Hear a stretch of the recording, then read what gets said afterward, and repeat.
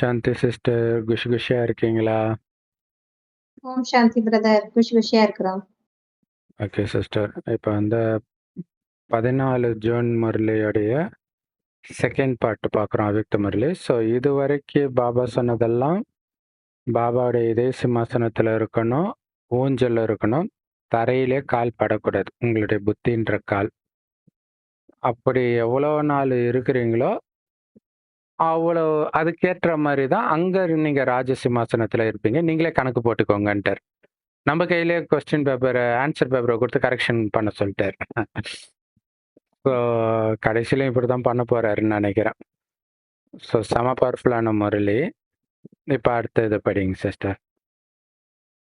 பாப்தாதா ஒவ்வொரு குழந்தைக்கும் முழு காலமும் 21 பிறவிகளுக்கும் ராயல் வம்சத்தில் சூரிய வம்சம் அல்லது சந்திர வம்சம் 2 யுகங்களிலும் ராயல் குடும்பத்தில் இருப்பதற்கான அதிகாரம் கொடுத்து கொண்டிருக்கிறார்.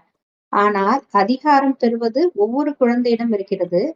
பிரம்ம பாபாவின் மீது அன்பு இருக்கிறது எனில் பிரம்மா பாபாவுக்கும் குழந்தைகளாகிய உங்கள் மீது அன்பு இருக்கிறது. பிரம்மா பாபா குழந்தைகளாகிய உங்களை ராயல் வம்சத்தில் பார்க்க விரும்புகிறார். நீங்கள் என்ன நினைக்கிறீர்கள்? பிரம்மா பாபாவின் நெருக்கத்தில் வரும் ராயல் வம்சத்தில் இருக்கக்கூடியவர்களா, அல்லது சிறிது காலம் இருப்பீர்களா, அல்லது தூரம் சென்றுவிட விரும்பவில்லைதானே? ஆதாரம் சங்கமேகம் என்று கூறிவிட்டேன். பாப்தாதாவிற்கு குழந்தைகள் மீது மிகுந்த அன்பு இருப்பதால் தான் நீங்கள் அனைவரும் கூறுகிறீர்கள், கூடவே இருப்போம், கூடவே செல்வோம். இப்பொழுது பிரம்மா பாபா மற்றும் பிராமணர்கள் கூடவே இருக்கிறீர்கள். அது அவ்யக்த ரூபமாக, ஆனால் கூடவே இருக்கிறீர்கள். இப்பொழுது பாப்தாதா பார்த்தார். சொல்றீங்களா பிரதர்? சரிங்க சிஸ்டர். ஸோ பாப்தாதா வந்து ஒவ்வொரு குழந்தைக்கும் 21 பிறவிக்கு, அதாவது 2 யுகத்திலையும் ராயல் குடும்பத்தில் இருக்கிறதுக்கான அதிகாரத்தை கொடுக்கிறார். சூரிய வம்சத்திலையும் சரி, சந்திர வம்சத்திலையும் சரி. ஆனா அவரு கொடுக்கிறாரு தான் எல்லாருக்கும். ஆனா வாங்குறவங்கள வித்தியாசம் இருக்குதுன்றார் இல்லையா? அவரு வந்து படியளந்த பெருமாள் ஃபுல்லா நிரப்ப முடியாத அளவுக்கு கொட்டினாலும் நமக்கு சின்ன சின்ன டப்பா எடுத்துட்டு போய் வாங்கிட்டு இருக்கிறோம். அதுக்கு அவர் என்ன பண்ண முடியும்? ஸோ பிரம்மா பாபா அப்ப ஒவ்வொரு குழந்தை கையில தான் இருக்குது அதிகாரம் பெறுவது. அவரு கொடுக்கிறார், 21 பிறவிக்கு தேவையான அளவுக்கு கொடுக்கிறாரு. ஆனா நீங்க எவ்வளவு வாங்குறீங்க அதை பொறுத்த. ஒரு விதத்துல பாத்தீங்கன்னா பக்தி மார்க்கத்துல வந்து கடவுளை இப்படி தானே வணங்குவாங்க. முஸ்லிம்ஸ் இப்படி வணங்குவாங்க, இந்துக்கள் கூட இப்படின்னு வாங்க, குடு நிரப்புன்ற மாதிரியே இருக்கும். ஸோ அப்படிதான் பாபா கொடுக்கிறார். ஸோ அதிகாரம் பெறுறது உங்க கையில தான் இருக்குது. ஸோ பிரம்மா பாபா மேல அன்பு இருக்குதுன்னா பிரம்மா பாபாவுக்கும் குழந்தைங்க மேல அன்பு இருக்குது. குழந்தைங்களுக்கு பிரம்மா பாபா மேல அன்பு இருக்கிற மாதிரி அவருக்கும் இருக்க தான் செய்யுது. ஏன்னா சிவபாபாவுக்கு ஈக்குவலா பிரம்ம பாபாவை பார்க்குறோம்ல நம்ம. அப்ப ஈக்குவலான அன்பு அவரும் வைக்கணும். அப்ப சிவபாபா மாதிரியே பிரம்மா பாபா கூட குழந்தைங்களை ராயல் வம்சத்துல தான் பார்க்க விரும்புறார். இதுதான் கடவுளுக்கு சமமான நிலை இல்லையா? அவர் வந்து நான் நாராயணன் ஆகணும், இவங்க கம்மியா வரணும்னு நினைக்கல. அவரும் கடவுளுக்கு சமமாவே நினைக்கிறார். இவங்க நாராயணன் ஆகணும், ராயல் வம்சத்துல பார்க்கணும், என் கூட பார்க்கணும், அப்படிதான் விரும்புறார். ஸோ இது எல்லாமே எதிர்காலத்துல நடக்கிற விஷயம் இல்லையா? இந்த எண்ணம் தான் நம்மள அப்படி மாத்துது. அப்ப வந்து நல்ல சேவாதாரி குழந்தைங்கள தான் பாபா நினைப்பாருன்றாரு. பாபா நினைத்தாலே நம்மள வந்து ராயல் வம்சத்துல தான் நினைப்பார். அப்ப சூப்பர் இல்ல? அப்ப சேவை செய்ய செய்ய அது ஒரு லிஃப்ட் ஆயிடுது பாருங்க. ஸோ நீங்க என்ன நினைக்கிறீங்க? பிரம்மா பாபா நெருக்கத்துல வர்றவங்களா ராயல் வம்சத்துல இருக்கக்கூடியவர்களாக நினைக்கிறீங்களா, அல்லது கொஞ்ச காலம்தான் இருக்கக்கூடியவர்களாக இருப்பீங்களா? இல்ல பிரம்மா பாபா நெருக்கத்துல ராயல் வம்சத்துலனா ஆரம்பத்துல இருந்தே வர்றவங்க, அல்லது சும்மா கொஞ்ச காலம் மட்டும் பாபா கூட இருந்தா போதும்னு நினைக்கிறீங்களா? அல்லது தூரமா இருந்தாலே போதும்னு நினைக்கிறீங்களா? அப்படி விரும்பல தானே? ஏன்னா பிரம்ம பாபாவை விட்டு எந்த அளவுக்கு தூரம் போறீங்களோ, அந்த அளவுக்கு சுகம் குறையும். ம். அப்ப பிரம்ம பாபாவுக்கு நெருக்கமா இருக்க இருக்க சுகம் அதிகரிக்கும். அது எப்ப சாத்தியம்? இப்ப பிரம்ம பாபாவுக்கு நெருக்கமாக நம்முடைய குணம், சேவை இருக்கும்போது தான் அது சாத்தியம். அப்ப பாபா சொல்லிட்டாரு, எல்லாத்துக்கும் ஆதாரம் இந்த சங்கம யுகம்னு சொல்லிட்டாரு. பாப்தாதாவுக்கு குழந்தைங்க மேல வந்து ரொம்ப அன்பு இருக்குது. அதனால தான் வந்து நம்மளுமே, பாபா நாங்க உங்க கூடவே இருப்போம் பாபா. அதாவது சிலர் பேசுவாங்க, அம்மாவும் குழந்தையும் பேசிக்குவாங்க. அம்மா செத்துட்டா என்னடா பண்ணுவ? நானும் செத்துடுவேம்மான்ட்டு. அந்த மாதிரி ஆ. ஆ பாப்தாதா கிட்ட நம்மளும் அதான் பேசுறோம். நீங்க இருந்தீங்கன்னா இங்கேயே இருப்போம். நீங்க போனீங்கன்னா நாங்களும் வந்துடுவோம். அப்படின்னு சொல்றோம். ஸோ இப்ப பாருங்க, பிரம்ம பாபாவும் பிராமணர்களும் கூடவே இருக்கிறீங்க. அவ்யக்த ரூபமா இருந்தாலும் கூடவே தான் இருக்கிறீங்க. இல்லையா? பாபா அவ்யக்த ரூபத்துல இருந்தாலும். ஸோ இத படிங்க சிஸ்டர். இப்பொழுது பாப்தாதா பார்த்தார், குழந்தைகளை மாயையும் இன்று வரை விடுவதே இல்லை. அதற்கு அன்பும் இருக்கிறது. இன்றைய நாட்களில் 2 ரூபங்களில் விசேஷமாக மாயை வாய்ப்பு எடுத்துக் கொள்கிறது. 2 ரூபத்தில் வருகிறது. ஒன்று வீண் எண்ணங்கள். 2வது அவ்வப்பொழுது ஆங்காங்கே இந்த அலையும் இருக்கிறது. நான் என்ன செய்தேனோ அல்லது யோசிக்கிறேனோ அதுதான் சரியானது. நான் குறைந்தவன் கிடையாது. இந்த அலை பரவியிருக்கிறது. நான் தான் சரியானவன். ஆனால் தொடர்பில் வரக்கூடியவர்கள் அல்லது நிமித்தமாக இருக்கக்கூடியவர்கள் இருவரும் உங்கள் கருத்துக்களுக்கு ஒத்துழைப்பு கொடுக்கிறார்களா? மற்றவர்களிடத்திலும் சரிபார்க்க வேண்டும். இந்த வீண் எண்ணங்களினால் நேரத்தை வீணாக்குகிறீர்கள். ஆகையால் தினசரி முரளி சிந்தனை செய்வதற்காக, சேவை செய்வதற்காக பாப்தாதா வீட்டுப் பாடமாக தினமும் கொடுக்கிறார். சிந்தனை செய்யுங்கள் அல்லது சிந்தனை செய்து செய்து அதில் மூழ்கி விடுங்கள். இந்த தினசரி வீட்டுப்பாடம் மனதை பிஸியாக வைத்துக் கொள்வதற்கான சாதனமாகும். கேட்பது மற்றும் சிந்திப்பது அல்லது மூழ்கி விடுவது. இதற்காக தான் பாப்தாதா தினசரி வீட்டுப்பாடம் கொடுக்கின்றார். குழந்தைகளுக்கு அதிக வீட்டுப்பாடம் கொடுத்து விடும்போது அவர்களது புத்தி பிஸியாக ஆகிவிடுகிறது. அதே போன்று தினசரி முரளியில் 4 பாடங்களுக்கான வீட்டு பாடம் இருக்கிறது. மனதிற்காகவும் இருக்கிறது, வார்த்தைகளுக்காகவும் இருக்கிறது, செயல்களிலும் கவனம் மற்றும் தெய்வீகத்திற்கான சமிக்ஞை வீட்டு பாடத்தில் இருக்கிறது. எனவே வீட்டு பாடத்தில் பிஸியாக இருந்தீர்களெனில் வீண் எண்ணங்கள் வருவதற்கான இடைவெளி இருக்காது. இந்த விதியை கடைபிடிக்கும் போது வீண் எண்ணங்கள் தானாகவே உங்களிடம் விடைபெற்று சென்றுவிடும். ஏனெனில் பாப்தாதா பார்த்தார், நினைவு யாத்திரையில் அனைவருக்கும் வரிசை கிரமமான கவனம் இருக்கிறது.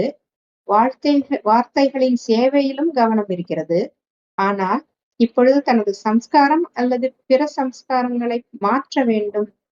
இந்த சுபாவ சம்ஸ்காரம், இதையே நீங்கள் ராயல் ரூபத்தில் எனது குணம் என்று கூறுகிறீர்கள். இது தாரணைக்கான பாடம். இப்பொழுதும் ராயல் ரூபத்தில் வந்து கொண்டிருக்கிறது. ஆக பாப்தாதா இன்றைய நாட்களில் இந்த சமிக்ஞை தான் கொடுக்கிறார். தாரணையில் என்ன குறை இருக்கிறதோ அதில் இப்பொழுது விசேஷ கவனம் செலுத்த வேண்டும். ஓகே.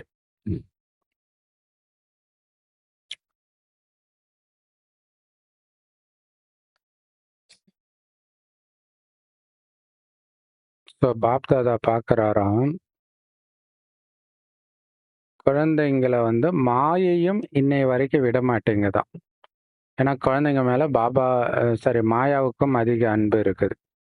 அதுவும் பாபா குழந்தைங்க மேல விசேஷ அன்பு இருக்குது. அதனால மாயை வந்து 2 ரூபத்துல வருதாம். ஒண்ணு வீண் எண்ணம் ரூபம். அது ஏன் நடந்துச்சு, இவன் ஏன் இப்படி பண்ணான், இப்படி வந்துடுது. ஸோ இந்த வீண் எண்ணத்தின் ரூபம் தான் வந்து அர்ஜுனனை வந்து யாரோ ஒருத்தன் வேற பக்கம் அழைச்சிட்டு போவான். துரியோதனனுடைய தங்கச்சி ஹஸ்பண்ட் ஜெயத்ரதன். ஜெயத்ரதன். ஆமா. ஜெயத்ரதன். ஸோ அது வந்து வீண் எண்ணங்கள். இப்படி அப்படி எப்படி எப்படின்னு அழைச்சிட்டு போயிடுது. ஆ 2வது நான் என்ன செஞ்சேனோ, யோசிச்சேனோ அதுதான் கரெக்ட்டு. இந்த மாதிரி எண்ணம். நான் குறைஞ்சவன் கிடையாது. இந்த அலையும் பரவி இருக்குது. இது ராயல் ரூபமானது. இத கண்டுபிடிக்கிறதே ரொம்ப கஷ்டம். ம். நான் தான் சரியானவன், ஸ்ரீமத் படி நடக்கிறேன் அப்படின்ட்டு.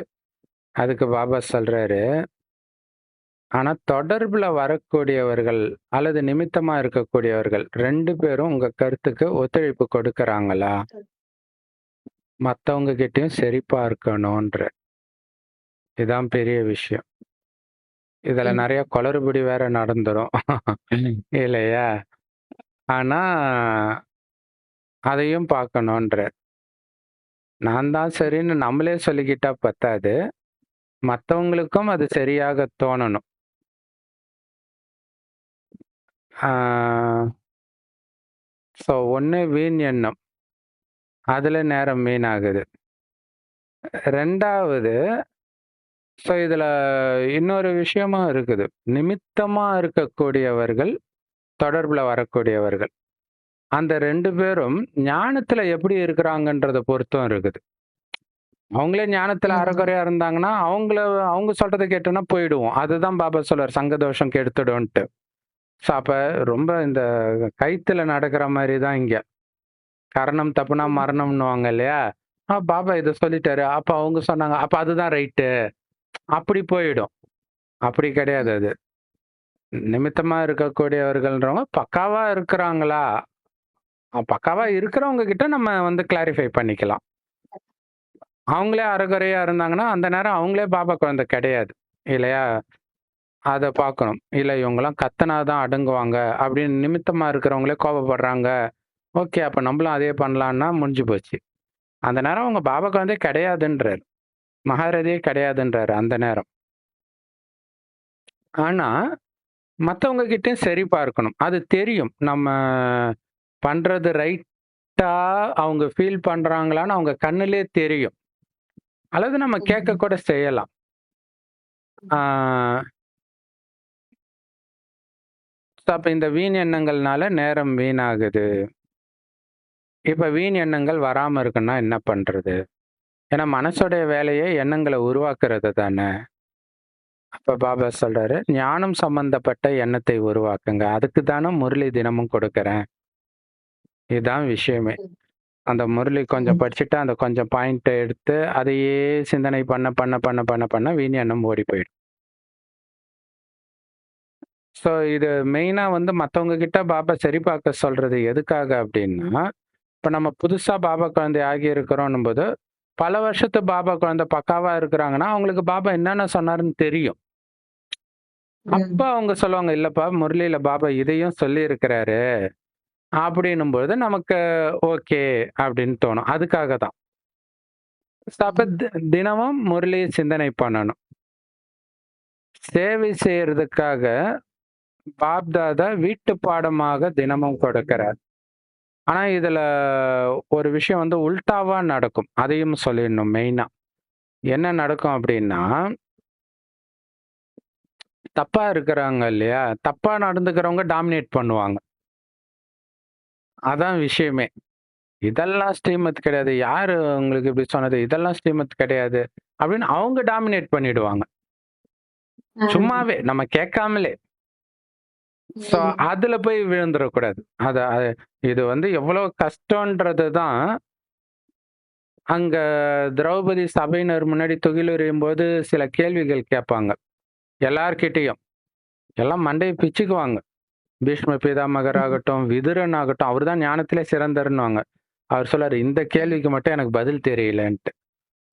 அந்த ஆ. மாதிரி எல்லாம் நடக்கும். இது இது வந்து இது ஒரு கேம் விளையாட்டா பாருங்கன்றார். ம். ஆ. ஸோ அதனால தப்பா சொல்றவங்க சொல்றத ரைட்டுன்னு நெனச்சுக்க கூடாது. அவங்க டாமினேட் பண்ணுவாங்க. ஒரு தடவ நாங்க மதுபன் போம்போது, ட்ரெயின்ல வந்து அந்த முரளி இத பத்தியே பேசிட்டு இருக்கேன். அவரு வந்து மேல இருந்து ஒரு பிரதர் சிஸ்டர் கூட ஜாலியா பேசிட்டு இருக்கணும்னு ஆசைப்படுறாரு. நாங்க இத ம். பேசுறது அவருக்கு எரிச்சல குடுக்குது. இப்படிலாம் எந்த நேரமும் முரளி படிக்கக்கூடாது. அது ஸ்ரீமத் கிடையாது தெரியுமான்றார். அப்ப, அப்ப அவருக்கு இது தப்பா தெரியுது போல இருக்குதுன்னு விட்டுறக்கூடாது. அங்க எ எ எ அவருடைய மோட்டிவ் என்னன்னு நமக்கு தெரியுது. இல்லையா? அவருக்கு ம். கடுப்பாவுது. இதுக்காகவே நம்ம இந்த இடத்த புடிச்சிருக்கிறோம். இவன் இங்க வந்து பேசின்னு இருக்கிறான் முரளி அப்படின்ட்டு. So, அதனால இந்த மாரி நெறைய விஷயங்கள் நடக்கும். அத புரிஞ்சுக்கணும். ஸோ மத்தவங்க கிட்ட சரி பார்க்கணுன்றது வந்து, அது மாரி கரெக்ட்டா இருக்கிறவங்களுக்கும் இது கரெக்ட்டா தெரியுதா? அல்லது ஸ்லைட்டா இல்ல ரொம்ப பல வருஷத்து ஞானத்திலே ஊறுனவங்களுக்கெல்லாம் டக்குன்னு தெரிஞ்சிடும். இது இப்படி பண்ணணும், அப்படி பண்ணணுன்ட்டு.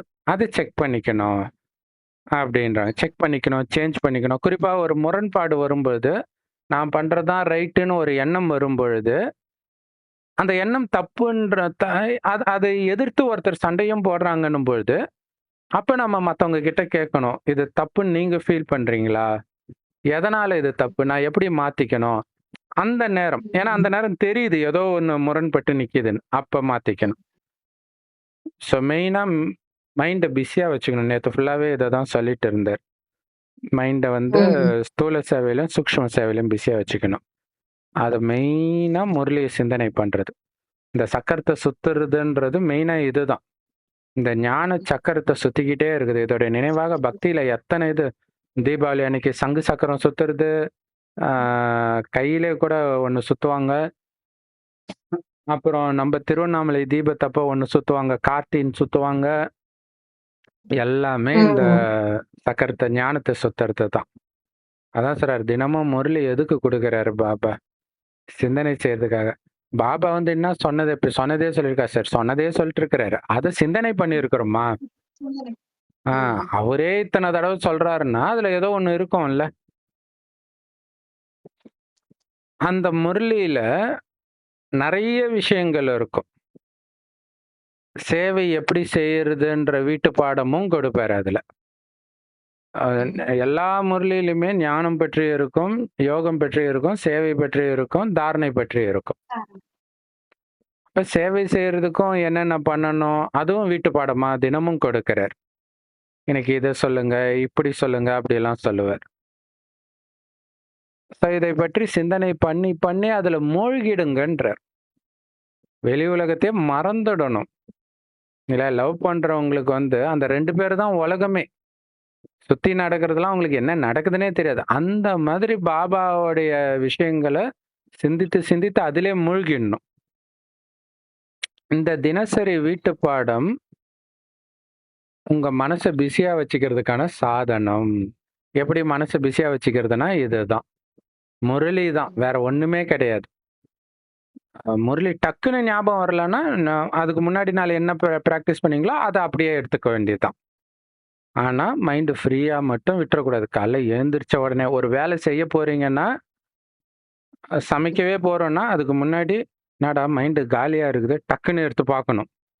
ஓகே இந்த பாயிண்ட்டே நம்ம சொல்லிட்டே சமைக்கலாம் அப்படின்னு எடுத்துட்டு போணும். ஸோ முரளி கேட்கணும், அதை சிந்தனை பண்ணணும், அதிலே மூழ்கிடணும். இதுக்காகத்தான் பாபா தினம் தினம் வீட்டு பாடம் குடுக்குறார். முரளியில வர ஒரு ஒரு லைனும் நமக்கு வீட்டு பாடம் தான். கேட்கிறது, சிந்திக்கிறது, அதிலே மூழ்கிறது. நீங்க ஒரு தடவ முரளி கேட்டுட்டு, ரொம்ப நேரம் கழிச்சு மறுபடியும் கேளுங்களேன், எப்புட்றா இந்த பாயிண்ட்லாம் மிஸ் பண்ணோம்னு தோணும். ஆச்சரியமா இருக்கும். அவ்வளோ நல்ல நல்ல பாயிண்ட் வரும். அந்தந்த மனநிலைக்கு ஏத்த மாரி மாறும் அது. மனநிலை நல்லா இருந்துச்சுன்னா, நெறைய பாயிண்ட் டச் ஆகும். ஸோ முரளியுடைய முக்கியத்துவத்த இன்னைக்கு சொல்றார். குழந்தைங்களுக்கு அதிக வீட்டு பாடம் கொடுக்கும் பொழுது தான், அவங்க புத்தி பிஸியா ஆகும். ம். அதே மாதிரி தான் இங்கேயும். ஸ்கூல்ல ஒரு சில ஸ்கூல்லலாம் நெறைய ஹோம் ஒர்க் குடுத்து கைய உடைக்கிறாங்க, அது இதுன்றாங்க. அதுக்கு எதிராலாம் பேசுனாங்க. ஆனா, அது கொடுக்கலன்னா குழந்தை ஃபோனெல்லாம் நோண்டிட்டு இருக்கு. இப்ப ஃபோன்ல இருந்து பிரிக்கிறாங்கல்ல, அது ஒரு சூப்பரான விஷயம். இப்போதைக்கு மெயினா தேவை. அதே மாதிரி தான் பாபாவும் அதிக வீட்டு பாடம் கொடுக்கிறது எதுக்கு? உலகியல் விஷயத்துல போய் மாட்டிக்க கூடாது. இதிலேயே பிஸியா இருக்கணும். இப்போ ஒரு நாள் ஃபுல்லா அந்த முரளியில சொன்னத ஃபுல்லா தாரணை பண்ணணும்னா, நமக்கு டைம் பத்தாது. சாக்கார முரளியா இருந்தாலும் சரி, எந்த முரளியா இருந்தாலும் சரி, கரெக்ட்டா இருக்கும். வேற வேற எதுக்குமே டைம் இருக்காது. ஸோ அதுக்காக தான் அம்மா செத்தாலும் அல்வா சாப்பிடணுன்றாரு. அன்னைக்கு இத விட்டுருவோம். அன்னைக்கு தான் மெயினா இது தேவை. இல்லையா? நம்மளே டிப்ரஷன்ல இருப்போம். மத்தவங்க வருவாங்க. அவங்க வைப்ரேஷன் மோசமா இருக்கும். இதெல்லாம் நம்மள அழிச்சிடும். திடீர்னு அசுர குணம் வந்துடும். ரொம்ப எச்சரிக்கையா இருக்கணும். ஸோ அதனால தினசரி முரளியில 4 பாடங்களுக்கான வீட்டு பாடமும் இருக்கும். அதான் ஞானம், யோகா, சேவை, தாரணை 4மே இருக்கும். மனசுக்காகவும் இருக்குது. இல்ல மனசுக்குள்ள என்ன இருக்கணும்? அதுவும் இருக்கு. வார்த்தை எப்படி பேசணும்? அல்லது ஞானத்தை எப்படி கொடுக்கணும்? அதுவும் இருக்குது. அடுத்தது செயல் எப்படி செய்யணும்? அதுக்கான வீட்டு பாடமும் இருக்குது. எண்ணம், சொல், செயல். ஸோ எல்லாத்துக்கும் நாம எப்படி கவனம் கொடுக்கணும்? எப்படி அதுல தெய்வீகத்தை எடுத்துட்டு வர்றது? சாதாரண எண்ணத்துக்கும், தெய்வீக எண்ணத்துக்கும், சாதாரண வார்த்தைக்கும், தெய்வீக வார்த்தைக்கும், சாதாரண செயலுக்கும், தெய்வீக செயலுக்கும் அந்த வித்தியாசம், அதுக்கான சிக்னல் கொடுக்கிறார். ஒரு தடவையும். இல்லையா? பாபா நேத்து அவ்யக்த இஷாரால சொன்னார் இல்லையா? என்ன வேணாலும் நடக்கட்டும். உங்க முகத்துல இனிமைத்தன்மை குறையக்கூடாதுன்னு. அது தெய்வீக விஷயம் இல்லையா? அதன் மூலம் பாபாவ அவங்க உணரணுன்றார். வார்த்தையின் மூலமாக உணர்றதெல்லாம் அது எல்லா மதத்திலயும் தான் ஞானம் சொல்றாங்க. நல்லா பேசுற திறமை உள்ளவன் நம்மளே அடிச்சிட்டு போயிடுவான். வேற மதத்துக்காரனா இருந்தா கூட. ஆனா, ஏன்னா எல்லாத்துக்கும் பதில் சொல்ல முடியாது. ஆனா, அதுக்கு தான் இயேசு சொல்றார். "என்ன பார் அப்பா தெரிவார்." எப்படி நான் நம்புறது? அவர காட்டு அப்படின்னு இயேசு கேட்கறாங்க. என்ன பார் அவரு தெரிவார். செம பவர்ஃபுல்லான லைன் அது.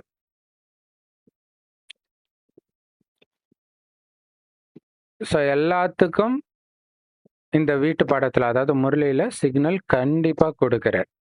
எண்ணம், சொல், செயல் எப்படி இருக்கணும்ன்ட்டு. இந்த ஹோம் ஒர்க்ல நீங்க பிஸியா இருந்தீங்கன்னா, வீண் எண்ணங்கள் வர்றதுக்கு கேப்பே இருக்காது. டைம் இன்டர்வல் இருந்தா தானே உள்ள வர்றதுக்கு அவரு. ஃபுல்லா மைண்ட் அது அது இந்த ரகசியம் தான் பக்தி மார்க்கத்துல பிள்ளையார் சனி பிடிக்க வரும்போது, நான் பிஸியா இருக்கிறேன் நாளைக்கு வான்னு சொன்னது. பிஸியா வச்சிருக்கிறது தான் இங்க சீக்ரெட்டே. கடைசியா வந்திருக்கிறோம். நமக்கு என்ன சீக்கிரமா போறதுக்கான வழி? பிஸியா வச்சிருங்க ஞானத்துல. அன்னன்னைய முரளிய கூட திரும்ப திரும்ப அத படிக்கும்போது தான் அது தெரியும். சும்மா ஒரு 4 லைன் எடுத்துக்கிட்டு, இந்த 4 லைன்ல என்ன சொன்னார்ன்னு சிந்தனை பண்ணாலே செமையா இருக்கும். அப்ப மாயை வர்றதுக்கான, அதாவது வீண் எண்ணம் வர்றதுக்கான இடைவெளியே இருக்காது. ஏன்னா வீண் எண்ணம் மூலமா தான் வரும் மாயா. எப்ப இந்த விதிய ஃபாலோ பண்றீங்களோ, அப்ப தானாவே வீண் எண்ணங்கள் உங்கள விட்டு ஓடியே போயிடும்ன்ற. செம பவர்ஃபுல்லான பாயிண்ட் இது ஆக்சுவலா. குழந்தையா இருக்கும்பொழுது வீண் எண்ணங்கள், விகார எண்ணங்கள் வராததுக்கு காரணமே அங்க நம்ம பிஸியாவே இருப்போம். ஒண்ணு விளையாடுறதுல பிஸியா இருப்போம், இல்ல ஹோம் ஒர்க்ல பிஸியா இருப்போம். அதனால மற்ற விஷயங்கள் வராது. குறிப்பா அந்த காலத்துல. ஸோ பாப்தாதா பார்க்கிறார். நினைவு யாத்திரையில எல்லாருக்குமே கவனம் இருக்குது வரிசைக்கிரமமா. அதே மாதிரி வார்த்தையின் சேவையிலும் கவனம் இருக்குது. ஆனா, இப்ப தன்னுடைய சமஸ்காரத்தையும், மற்றவர்களுடைய சமஸ்காரத்தையும் மாத்தணும். இந்த சமஸ்கார பரிவர்த்தனை. இதுல தான் அலட்சியமா இருந்துடுறோம். ஒருத்தர் ஒண்ணு கேட்டாங்கன்னா, டக்குன்னு பதில் சொல்றோம் இல்லையா? அது பழைய சமஸ்காரமா இருக்கும். பழைய சமஸ்காரம் தான் டக்குன்னு ஓடியாரும். அப்ப யோசிச்சு யோசிச்சு பதில் சொல்லணும். பாபா எப்படி பேசியிருப்பாரு? பாபா என்ன பேசியிருப்பாரு இங்க? அத தான் பேசணும். ஏன்னா, இந்த பழைய சமஸ்காரத்தையே நீங்க ராயலா என்னோட குணம் இப்படின்னு சொல்லிடுறீங்க. சத்தம் போட்டு பேசுறதோ, கோபப்படுறதோ, அழுவுறதோ இந்த மாரி. அப்ப இது தாரணைக்கான பாடம் இது. தாரணை பண்ணணும் புது குணத்த. ஆனா நீங்க இன்னும் பழைய குணத்தையே வச்சுட்டு, என்னதுன்னு சொல்லிட்டு இருக்கிறீங்க. ராயல் ரூபத்துல அது வந்துடுது. அதனால பாப்தாதா இந்த சிக்னல் தான் இன்னைக்கு கொடுக்கிறார். உங்களுக்கு என்னெல்லாம் குறை இருக்குது தாரணையில, அதுல விசேஷ கவனம் கொடுக்கணும் இல்லையா? பாபா சொல்லிட்டாரு, நாம யோகாலையும் கவனம் கொடுக்கிறோம், ஞானத்தை கொடுக்கறது சேவையிலும் கவனம் கொடுக்கிறோம். ஆனா நம்ம குணத்தை மாத்துறதுல கவனம் கொடுக்க மாட்டோம். என் குணம் அப்படின்னு சொல்லிடுறோம் இல்லையா? பாபா குழந்தைங்க எல்லாருக்கும் ஒரே மாதிரி தான் குணம் இருக்கணும். பிரம்மா பாபா குணம் எதுவோ அதான் என் குணம், அப்படி இருக்கணும். இதுல விசேஷ கவனம் கொடுங்கன்றார் இல்லையா? அந்த ஞானத்தை அப்படியே தாரணை பண்ணணும். அடுத்தது படிங்க சிஸ்டர். பாப்தாதா முன்பே கூறியிருக்கின்றார், இந்த முக்கிய தாரணையில் இப்பொழுது கவனம் செலுத்துங்கள். ஏதாவது விஷயம் நடந்துவிட்டால் சோதனை செய்யுங்கள். வினாடியில் முற்றுப்புள்ளி வைக்க முடிகிறதா? முற்றுப்புள்ளி வைக்க விரும்புகிறேன், ஆனால் கேள்விக்குறி வந்து விடுகிறது. முற்றுப்புள்ளி அல்ல, பாதி முற்றுப்புள்ளி வைக்கும் போது அளவு மாறி விடுகிறது. நாட்கள் செல்ல செல்ல அப்படிப்பட்ட சூழ்நிலைகள் வரும் வினாடியில் முற்றுப்புள்ளி வைக்க வேண்டியிருக்கும். அந்த நேரத்தில் கேள்விக்குறி, ஆச்சரியக்குறி சரி செய்வதற்கு நேரம் இருக்காது. வினாடியில் முற்றுப்புள்ளி வைப்பது அவசியமானதாக இருக்கும். இதற்கான பயிற்சி அதிக காலம் இருக்க வேண்டும். அப்போதுதான் சரியான நேரத்தில் வெற்றி அடைய முடியும். பிரச்சனையான நேரத்தில் சம்ஸ்காரம் சுபாவத்திற்கான சோதனைகள் இருக்கும். அதற்காக இப்பொழுதிலிருந்தே பயிற்சி செய்தீர்களெனில் நீண்டகால பயிற்சி ஆகிவிடும். அது நாட்கள் செல்ல செல்ல உங்களுக்கு மிகுந்த உதவி செய்யும். சூப்பர். ஒரு பேராலையும் எவ்வளவு சூப்பரா நம்மள செதுக்குறாரு பாபா. ஸோ முக்கியமான தாரணையில கவனம் செலுத்த சொல்றார். அது என்னன்னா, எது நடந்தாலும் நொடியில முற்றுப்புள்ளி வைக்க முடியுதா? இல்ல குறிப்பாக அந்த பிரியமானவர்களுடைய மரணம், டக்குன்னு முற்றுப்புள்ளி வைக்க முடியுதா? அது ரொம்ப முக்கியம். அதுக்கப்புறம் அவர்களுடைய சிந்தனை வருது இல்லையா? அப்பயும் டக்கு டக்குன்னு முற்றுப்புள்ளி வைக்க முடியுதா? அது சொல்ல நம்மளுடைய மனோபலம் எப்படி இருக்குதுன்ட்டு. ஏன்னா இப்ப பாரதி ராஜா டைரக்டர் இறந்ததுக்கு காரணம் அவருடைய மகன் இறந்ததுன்றாங்க. 1 வருஷத்துக்கு முன்னாடி தான் இறந்திருக்காரு. அதையே நினைத்து நினைத்து நினைத்து மாத்திரை எல்லாம் கூட ஒழுங்கா சாப்பிடாம இறந்தாருன்றாங்க. அப்ப அப்ப ஏன்னா திரும்ப திரும்ப அந்த எண்ணம் வருது, பயமுறுத்துது இல்லையா? அப்ப டக்கு டக்குன்னு முற்றுப்புள்ளி வைங்க. நான் சொர்க்கத்துக்கு போயிட்டு இருக்கிறேன், அதை விட சந்தோஷமான செய்தி கிடையாது. நரகத்தின் விஷயத்த நான் கேட்க கூட விரும்பல இல்லையா? அந்த குரங்கு காதை மூடுற மாதிரி மூடிக்க வேண்டியதுதான். டக்கு டக்குன்னு முற்றுப்புள்ளி வைக்கிறது. ஆனா முற்றுப்புள்ளி வைக்க விரும்புறேன், அது கேள்விக்குறி ஆயிடுது அப்படின்னு இருக்கக்கூடாது. ஏன்னா முற்றுப்புள்ளின்றது ஜஸ்ட் ஒரு டாட்டு தான். ஆனா நீங்க என்ன பண்ணிடுறீங்கன்னா, பாதி முற்றுப்புள்ளி வைக்கும்போதே அப்படியே கேள்விக்குறியா மாறிடுதான் இல்லையா? புள்ளி அப்படியே அளவு மாறிடுது. பாபா எச்சரிக்கை கொடுக்கிறார். போக போக சூழ்நிலைகள் எப்படி வரும்னா, வினாடியில முற்றுப்புள்ளி வைக்க வேண்டி இருக்கும்ன்ற. ஸோ எனக்கு தெரிஞ்ச ஒருத்தர் அவருடைய ஒய்ஃப் இறந்துட்டாங்க. இறந்து ஒரு 2, 3 நாள்ல சந்திக்கிறோம். அந்த இறந்தா ஒரு கவலை எதுவுமே இல்ல. வயசானவர்.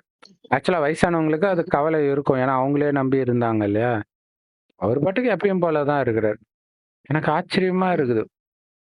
பாபா சொல்ற ரோல் மாடல்லாம் நம்ம கண்ணு முன்னாடி பாபா எடுத்து வந்து நிறுத்துறாரு அப்படிங்கிற மாதிரி இருக்குது. அந்த மாதிரி எந்த உறவா இருந்தாலும் அப்படி இருக்க முடியணும். ஒரு நொடியில முஸ்லிம்கள் சொல்லாம அல்லாஹ் சோதிப்பதற்காகவே படைத்தார் இந்த சங்கம யுகத்தை. இது மட்டும் அவங்களுக்கு தெரியாது. இந்த சங்கம யுகத்துல சோதனை ஒரே விஷயம்தான். இங்க இந்த சக்கலத்தி சண்டைன்னு சொல்லுவாங்க இல்லையா? ஆஹ் என்னை விட உனக்கு அவதான் முக்கியமா அப்படின்ற சண்டை வர்ற மாதிரி இங்க அதான் நடக்குது. பாபாவா, உலகியல் விஷயமா? ஒரு தடவையும். நான் இங்க குத்துக்கல்லு மாரி உட்கார்ந்துன்னு இருக்கிறேன். அங்க ஒருத்தர் இறந்துட்டாருன்னு அழுதுட்டு இருக்கிறேன். அப்ப நான் யாருன்னு பாபா கேட்கிற மாரி. இல்லையா? அப்ப பாபா தான் சகலமும்னா, அங்க என்ன ஆனாலும் நமக்கு கொஞ்சம் கூட மனம் சலனம் ஆகக்கூடாது. அப்பதான் நம்ம நிரூபிக்கிறோம் அவருடைய உண்மையான காதலி, உண்மையான மனைவி, அவர்கள் சரி பாதியா இருக்கிறோம், இணைந்த ரூபத்துல இருக்கிறோன்ட்டு. அதான் முற்றுப்புள்ளி. இல்லையா? எதா இருந்தாலும். ஆமா, இப்ப எனக்கு குழந்தை பாபா தானே, கணவன் பாபா தானே, மனைவி பாபா தானே, அப்பா பாபா தானே. இது எனக்கு ஆரம்பத்திலே பாபா குழந்தை ஆன புதுசுலயே எனக்கு கனவு வந்தது. ஆ பாப் தாதா ஒரு ஒரு அது வித்தியாசமான ஒரு இருட்டான ரூம்குள்ள ஒரு பிரகாசமான ஒரு இடத்துல அவர் இருக்கிறாரு. நான் அப்படியே பொறுமையா உள்ள என்டர் ஆகுறேன். பின்னாடி லௌகீக அப்பா வராரு. பாபா என்ன பார்த்துட்டு ஆ பச்சா, ஆ பச்சான்றாரு. வா பச்சான், வா குழந்தன்றாரு. உடனே அது யாரு? அப்படிங்கிறாரு. நான் திரும்பி பார்த்து எங்க அப்பா பாபான்றேன். உடனே பாபா முறைக்கிறாரு. ஐயோ! Sorry Baba, sorry Baba. ஏன்னா அப்ப நான் யாரு? இல்ல அது எங்க அப்பான்னா, அப்ப நான் யாரு? இதுதான் சங்கம் யுகத்துல ஃபுல்லா நடக்கிறது. அப்ப நான் யாரு? அப்படிங்கிறது தான் இங்க முக்கியமான விஷயமே. அப்ப எனக்கு எல்லாமே அவரு இல்லையா? அந்த கீதையில என்ன போட்டிருக்குன்னா, சிவனில் அனைத்தும் ஒடுங்கும்னு போட்டிருக்குது. எல்லா உறவுகளும் ஒடுங்கணும். ஒடுக்க முடியுதா? ஒடுக்க முடிந்தவர் நாராயணன். சோ இது மட்டும் மைண்ட்ல ஓடிக்கிட்டே இருக்கணும். அதான் சொல்றாரு, ஒரு நொடியில முற்றுப்புள்ளி வைக்க வேண்டிய சூழ்நிலை, அந்த மாரி சூழ்நிலை வரும்ன்றார். இல்லன்னா ஹார்ட் அட்டாக் வந்துரும். இதோ இப்ப நம்ம அந்த பாரதி ராஜா வீடியோல கூட சொல்லியிருப்போம். டாக்டர் சொக்கலிங்கம்ன்றவர் சொல்லியிருப்பாரு. அந்த இதயத்துல பிளாக் வர்றதுக்கு 15, 20 வருஷம் ஆகுமாம். கொஞ்சம் கொஞ்சமா கொழுப்பு சேர்ந்து. ஆனா இந்த அக்யூட் ஸ்ட்ரெஸ் பதற்றத்துல வருது இல்லையா? அப்ப என்ன ஆகும்னா, டக்குன்னு அந்த அ ரத்த நாளங்கள் சுருங்கும். அது ஒரு ரியாக்ஷன். சுருங்குற நேரத்துல குட்டி குட்டி பிளாக்லாம் போய் கிளாட் அந்த சின்ன சின்ன உறைதல்லாம் போய் 2 நிமிஷத்துல மனுஷன காலி பண்ருமாம். பேனிக் அட்டாக் எல்லாமே அப்படிதான். அப்ப அவரு சொல்றாரு, மாற்ற முடியாதத மனசார ஏத்துக்கோங்க. ஆனா எப்படி ஏத்துக்கிறதுன்றது அவருக்கு தெரியாது. இவ்வளோ பயிற்சி பண்ணாதான் அது நடக்கும். என்னுடையவர் யாரும் இல்ல, ஒரு பாபாவ தவிர. அது மைண்ட்ல இருந்துகிட்டே இருக்கணும். So அந்த நேரம் போய், நான் இவ்வளவு பண்ணுனே, எனக்கு இப்படி பண்ணிட்டானே, இது நியாயமா? அப்படின்னு கேள்விக்குறியெல்லாம் போடுறீங்க, ஆச்சரியக்குறியெல்லாம் போடுறீங்க அப்படின்னா, அத முற்றுப்புள்ளியா மாத்துறது கூட உங்களுக்கு நேரம் இருக்காதுன்றார். அந்த எண்ணத்திலே உயிர் பிரிஞ்சிடும். முடிஞ்சு போச்சு. அதுதான். அதாவது அது அது ஒரு பெரிய ஷாக்கு. அந்த நேரம் கேள்விக்குறி கிடையாது. அந்த நேரம் உயிர் பிரிஞ்சிருச்சு. ஐய்யயோ! இந்த நேரம் பார்த்து பிரிஞ்சிருச்சே. அத நெனச்சு சிரிக்கிறதா, அழுவுறதான்னே தெரியாது. இல்லையா? அப்படி ஆயிடும். அத சரி செய்ய கூட நேரம் இருக்காது. ஒரு லைனும் எப்படி இருக்குது பாருங்க. அதான் சொல்றாரு இல்லையா, இது சிந்திக்கிறதுக்காக தான் நான் கொடுக்கிறேன் அப்படின்ட்டு. இந்த போதை, அதாவது இந்த ஞானத்தை சிந்திச்சு, ரசிச்சு சுவைக்கிற அந்த பாக்கியமே நமக்கு மட்டும் தான் கிடைக்குது. இல்லையா? கிறிஸ்டியன்ஸ்க்கு கிடைக்கல, முஸ்லிம்ஸ்க்கு கிடைக்கல, இந்துக்களுக்கு கிடைக்கல. இது எவ்வளவு பெரிய பாக்கியம். வினாடியில முற்றுப்புள்ளி வைக்கிறது தான் அங்க அவசியம். அதுதான் ஆன்சரே. புள்ளி வச்சா பாஸ். இந்த மாரி ஒரு எக்ஸாம் எங்கேயாவது பார்த்திருக்கிறோமா? புள்ளி மட்டும் வச்சுட்டு வந்தா பாஸ். ஆனா இதுதான் இருக்கிறதுலே பெரிய எக்ஸாம். அந்த புள்ளி வைக்கிற பயிற்சி தான் அதிக காலம் இருந்தா தான் அப்ப வைப்பீங்க. இல்லன்னா மாட்டிக்குவீங்க. அப்பதான் சரியான நேரத்துல வெற்றி அடைய முடியும். இல்லையா? அந்த செகண்டே பிரம்மா பாபாவுக்கு சரீரத்தை விட்டு பிரியும் பொழுது, பிரியறதெல்லாம் பார்க்கிறாரு. ஆனா அவருக்கு ஒரு செகண்ட் கூட, ஐயோ! நம்ம போயிட்டா என்ன ஆகும்? எகிப்தை யார் பார்த்துக்குவா? இந்த எண்ணம்லாம் வரல. இதுதான் பெரிய விஷயம். ஆனா அதுக்கே ஒரு போராட்டம் நடந்துச்சுன்றார். பிரம்மா பாபாவுக்கே. அந்த உடம்புக்கும் கர்ம கணக்கு அந்த ஃபர்ஸ்ட் முரளியிலே வரும். அவ்விக்த முரளியில. அப்ப பிரச்சனையான நேரத்துல தான் உள்ள இருக்கிறது டமால்னு எகிறி குதிக்கும். அந்த சமஸ்காரம். கோபப்படுறதெல்லாம் அப்படித்தானே, நல்லா இருப்பாங்க. திடீர்னு அவங்களுக்கு பிடிக்காத ஒண்ணு செஞ்ச உடனே வரும் பாருங்க கோபம். அதான் சொல்றாரு, சமஸ்காரம் சுபாவத்திற்கான சோதனை அது. அந்த செகண்ட் தெரியும், ஐயோ ஃபெயில் ஆயிட்டுமே அப்படின்ட்டு. அப்ப என்ன பண்ணணும், இப்பத்துல இருந்தே பயிற்சி பண்ணுங்க. அப்பதான் அது நீண்ட கால பயிற்சி ஆகும். அப்பதான் அது உங்களுக்கு பழக்கமாகும். போக போக உங்களுக்கு உதவி செய்யும், ரொம்ப உதவி செய்யும். அதுக்காக தான் அந்த டிராஃபிக் கண்ட்ரோல் 1 மினிட் டிராஃபிக் கண்ட்ரோல்லாம் பண்ண சொல்றாரு இல்லையா? 1 மினிட், 1 செகண்ட் இத டக்கு டக்குன்னு முற்றுப்புள்ளி வைக்க முடியுதா? பரந்தாமத்துக்கு போவோம். இது வந்து கடைசியில உதவி பண்ணுன்ற. இத பண்ணுங்கன்ற. சரியான முரளி இது. Super sister. அடுத்தது படிங்க சிஸ்டர். பாப்தாதா அமிர்த வேளையில் சுற்றி வந்து பார்க்கிறார். ஒவ்வொரு குழந்தையின் முயற்சியை சோதனை செய்கின்றார். 4 பாடங்களிலும் முயற்சி தீவிரமாக இருக்கிறதா அல்லது சாதாரணமாக இருக்கிறதா? என்ன பார்த்தார்?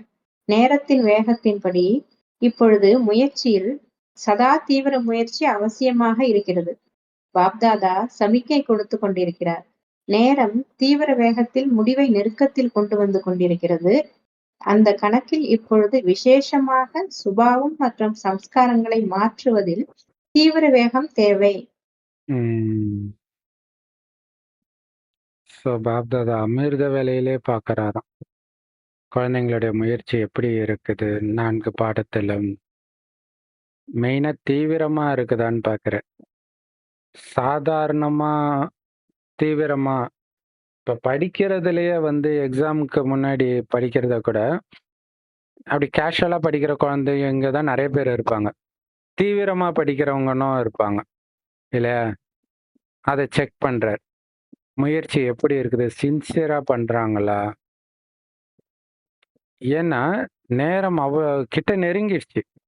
2010ல சொல்றாரு. சொல்லியே 16 வருஷம் ஆயிடுச்சு. இப்ப முயற்சியில சதா தீவிர முயற்சி அவசியமா இருக்குது. சதா தீவிர முயற்சினா என்ன அர்த்தம்? ஒரு செகண்ட் கூட ஃபெயில் ஆகக்கூடாது. டக்கு டக்குன்னு முற்றுப்புள்ளி வச்சுக்கிட்டே இருக்கணும். கடந்த காலத்துல அது ஞாபகமே இருக்கக்கூடாது. பாபாவும் சிக்னல் கொடுத்துக்கிட்டே இருக்கிறார். நேரம் தீவிர வேகத்துல முடிவை நெருக்கத்துல கொண்டு வந்துட்டு இருக்குது. அந்த கடைசி நேரம் தீவிர வேகத்துல வருது.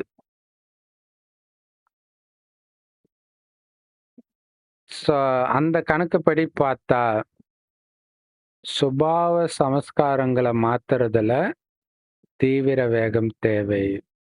இன்னும் எவ்வளவு பழைய சுபாவம் இருக்குது, லிஸ்ட் எழுதணும். இதெல்லாம் மாத்தணும். என்னுடைய பலகீனங்கள் இது, என்னென்ன பலத்தை நிரப்பிக்கணும், அதை எழுதணும். ஸோ எழுதி எழுதி அதை செக் பண்ணணும். எழுதணும், அது ரொம்ப முக்கியமான விஷயம். இல்லாட்டினா திரும்ப திரும்ப அதே தப்பே பண்ணிட்டு இருப்போம். ஸோ இது ரொம்ப முக்கியமானது. சூப்பர். அடுத்தது படிங்க சிஸ்டர். இப்பொழுது அனைத்து குழந்தைகளையும் சமமாக்குவதற்கு பாப்தாதா விரும்புகிறார். உங்களது லட்சியமும் பாப்சமான் ஆகியே தீர வேண்டும். இதற்கு எளிய சாதனம் பிரம்மா பாபாவை பின்பற்றுங்கள். ஒப்பிட்டு பாருங்கள். எந்த காரியம் செய்தாலும் ஒப்பிட்டு பாருங்கள். பிரம்மா பாபா இவ்வாறு காரியம் செய்வாரா அல்லது பேசுவாரா அல்லது சங்கல்பம் செய்வாரா? முதலில் யோசியுங்கள், பிறகு செய்யுங்கள் என்றும் கூறப்படுகிறது. பேசுவதற்கு முன் முதலில் எடை போடுங்கள், பிறகு பேசுங்கள். பாப்தாதா இப்பொழுது என்ன விரும்புகிறார் என்று கேட்டீர்களா? நீங்களும் விரும்பதான் செய்கிறீர்கள். உரையாடல் செய்கின்ற போது பாப்தாதா மிகவும் இனிமையான விஷயங்களை கேட்கின்றார். உற்சாகம் நிறைந்த விஷயங்கள் மிகவும் நன்றாக பேசுகிறீர்கள். இதை செய்து காட்டுவேன், அதை செய்தே தீருவேன், இது நடந்தே தீரும். சங்கல்பம் மிகவும் ஆர்வமுடையதாக இருக்கிறது. ஆனால் செயலில் வரும்போது சிறிது மாறிவிடுகிறது. மற்றபடி சேவைக்கான விதவிதமான திட்டங்கள் உருவாக்குகிறீர்கள். அது பாப்தாதாவிற்கு பிடித்திருக்கிறது. ஆங்காங்கே முன்னேற்றமும் நன்றாக இருக்கிறது. ஆனா இப்பொழுது எவ்வளவு வார்த்தைகளின் மூலம் அல்லது விதவிதமான விதியின் மூலம் செய்து கொண்டிருக்கிறீர்களோ வெற்றியும் கிடைக்கிறது. பாப்தாதா மகிழ்ச்சியும் அடைகின்றார். இப்பொழுது மனதின் மூலம் அநேக ஆத்மாக்களுக்கு சுகத்தின் கிரணங்கள், அமைதியின் கிரணங்கள், குஷியின் கிரணங்கள், அன்பின் கிரணங்கள் சென்றடைய வேண்டும். இந்த சேவையும் கூடவே செய்யுங்கள்.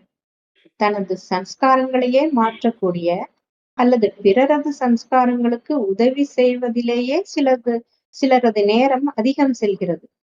எனவே மனதின் சேவையின் மூலம் விதவிதமான கிரணங்கள் ஆத்மாக்களுக்கு கொடுக்க வேண்டும் என்பதில் கவனம். நாட்கள் செல்ல செல்ல மிகவும் அவசியமானதாக இருக்கும். இதன் மீதும் கவனம் கொடுத்து கொண்டே இருங்கள். ஓகே இந்த சிஸ்டர். சேவை நான் செய்து கொண்டிருக்கிறேன் என்று எந்த குழந்தைகள் நினைக்கிறீர்களோ அவர்கள் கை உயர்த்துங்கள். நல்லது, செய்து கொண்டிருக்கிறீர்கள், வாழ்த்துக்கள். செய்யாதவர்கள் என்ன செய்ய வேண்டும்? செய்யாதவர்கள் செய்ய வேண்டும். ஏனெனில் அப்படிப்பட்ட சூழ்நிலைகள் வரவிருக்கிறது. கேட்பவர்கள் மற்றும் கூறுபவர்கள் இருவரும் இணைவது கடினமாகிவிடும். ஆகையால் 2 சேவையும் இப்பொழுதிலிருந்தே எவ்வளவு முடியுமோ அவ்வளவு பழக்கப்படுத்திக் கொள்ளுங்கள். மனம் பிஸியாகவும் இருக்கும், மன்மனாபவ ஆவதும் எளிதாகிவிடும்.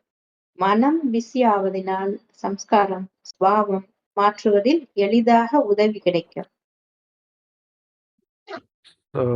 இப்ப பாபா எல்லா குழந்தைகளையும் தனக்கு சமமாக்கணும்னு தான் விரும்புறார். உங்களுடைய லட்சியமும் அதுதானே? பாப் சமான் ஆகியே தீரணும். நான் பாப் சமான் ஆத்மான்றது ஒரு பவர்ஃபுல்லான ஸ்லோகன், பவர்ஃபுல்லான ஸ்வமான். Pop Zaman, master சர்வசக்திவான். அப்ப பாபாவுக்கு சமமா ஆகணும்னா அதுக்கு ஈஸியான வழி இருக்குது. இன்னும் அது பிரம்மா பாபா ஃபாலோ பண்ணுங்க, காப்பி பண்ணுங்க, அவ்வளோதான். இல்லையா? ஒரு விஷயத்திலும் கம்பேர் பண்ணி பாருங்க. எந்த காரியம் பண்ணாலும்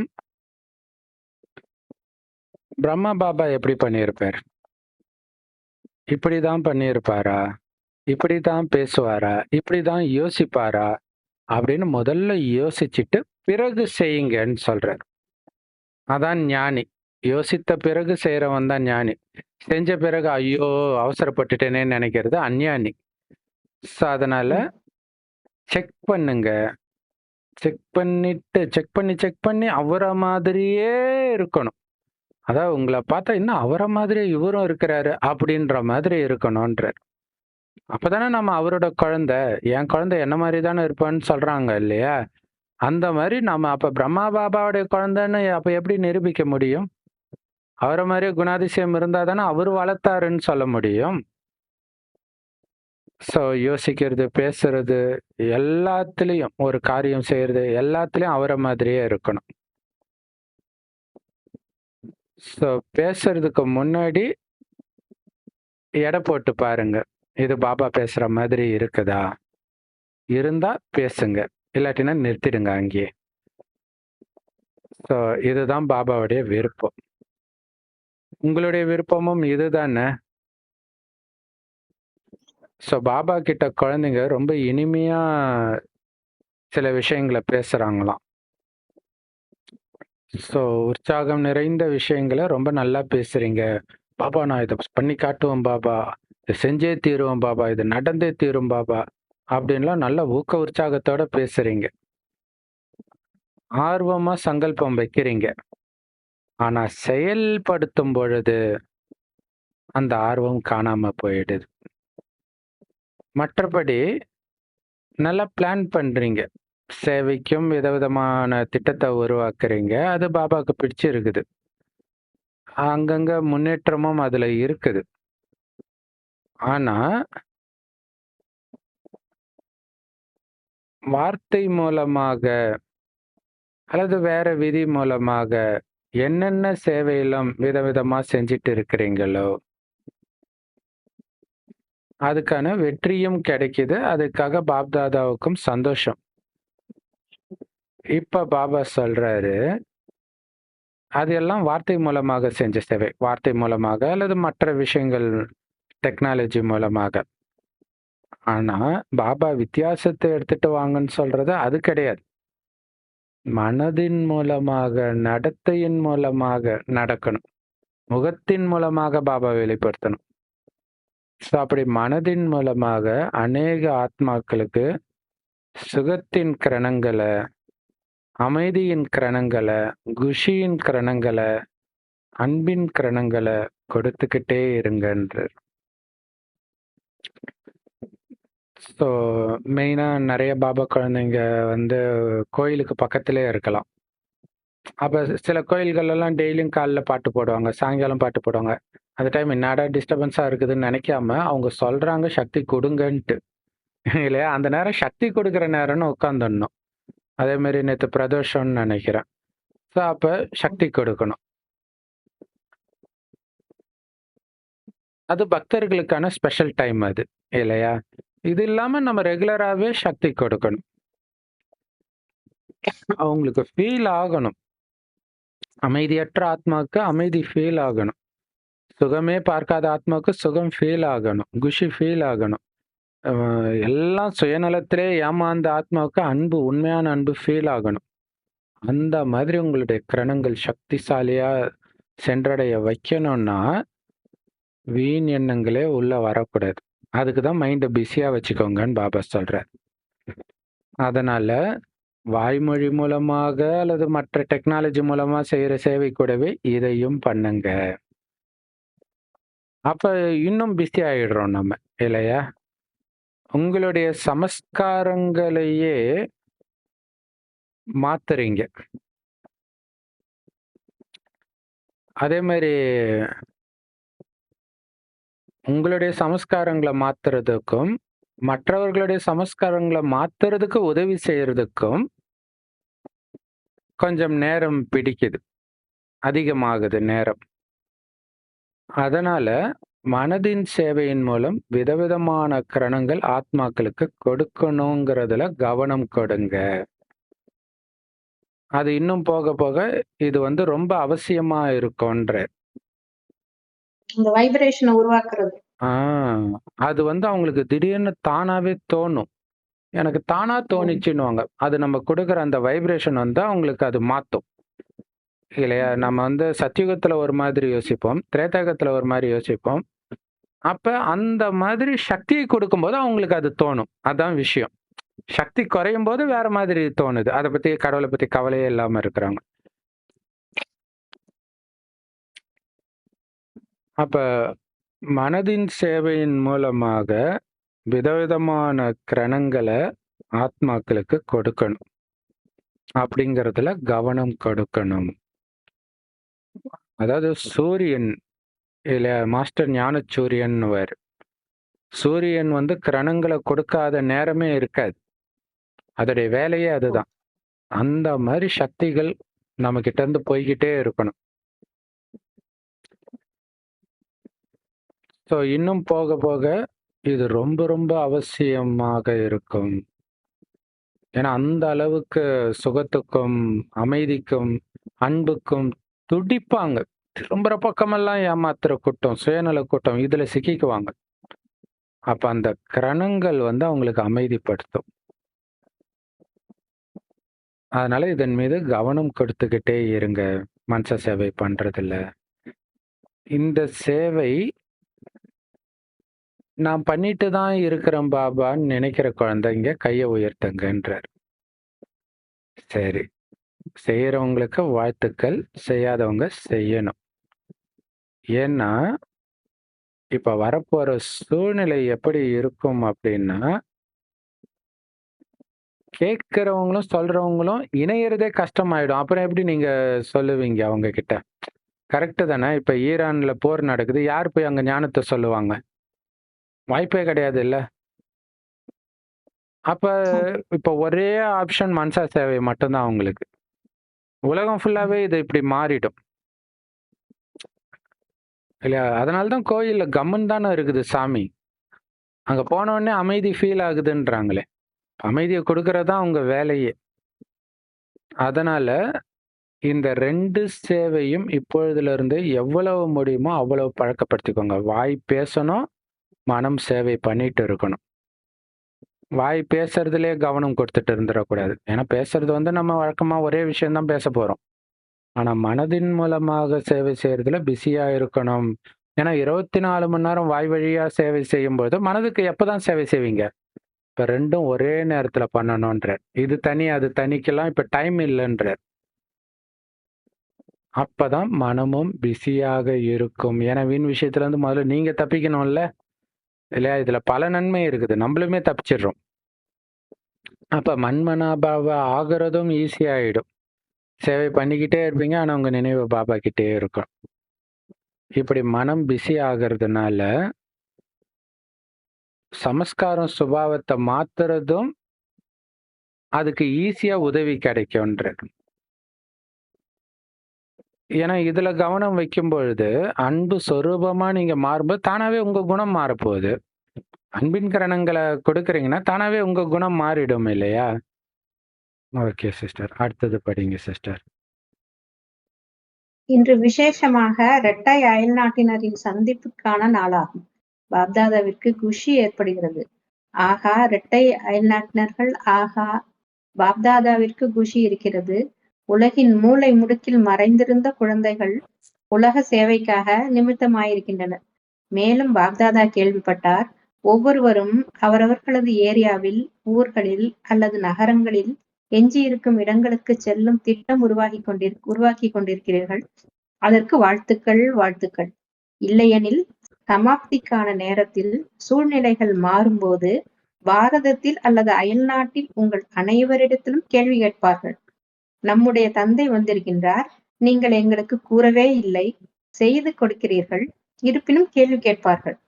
ஆகையால் இப்பொழுது செய்து கொண்டிருக்கிறீர்கள், வேறு எந்த ஒரு மூளையையும் இருந்து விடக்கூடாது. இதற்கான முயற்சி செய்யுங்கள். ஒரு மூளை கூட விடாமல் சேவை செய்யுங்கள்.